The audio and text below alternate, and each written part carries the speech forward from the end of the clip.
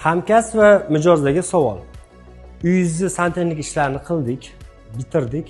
Ishlaydi, kafolat beramiz deb ketganimizda yaxshimi yoki vaqtimiz ketsa ham yoqib, isitib, ishlatib, topshirib ko'rsatganimiz yaxshimi? Bu savolni bejiz bermadim.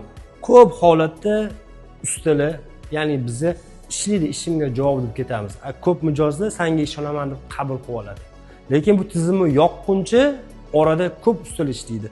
Gipskardonchi, kafilchi, malyar, zinachi, xullas uy bitguncha 90 ta usta ishlaydi.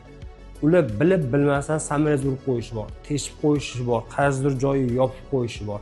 Tizimni yoqqaningizda muammo kelib chiqishi boshlaydi. Qattandir suv sizishi boshlaydi, qaysidir linamiz isimasligini boshlaydi. Buni natijasida o'rtada katta mijoz bilan santexnika o'rtasida konflikt kelib chiqadi. Bunaqa holat bo'lmasligi uchun bizning vaqtimiz ketsa ham, sizni naqdingiz ketsa ham issig'ida sistemani yoqib, mana to'pli polis, mana radiatoringiz, mana issiq suvingiz deb topshirib chiqib ketganimizda yaxshi. O'shanda bizda ham ortiqcha javobgarlik bo'lmaydi, sizda ham isirmikan degan har xil savollar tug'ilmaydi.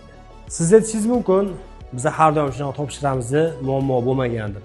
To'g'ri, siz to'g'ri qilishingiz mumkin, muammo bo'lmasin ham, lekin oxirgi paytda ko'payib ketdiki, shunaqangi montaj qilingan joylarga chaqirishyapti, borib maslahat berib yoki kranni burab yechim qilib bera olmayapmiz.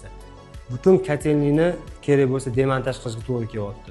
Bu to'g'ridan to'g'ri uy egasini ortiqcha xarajat qilishiga va oldingi ustidan nafratlanishiga olib kelyapti.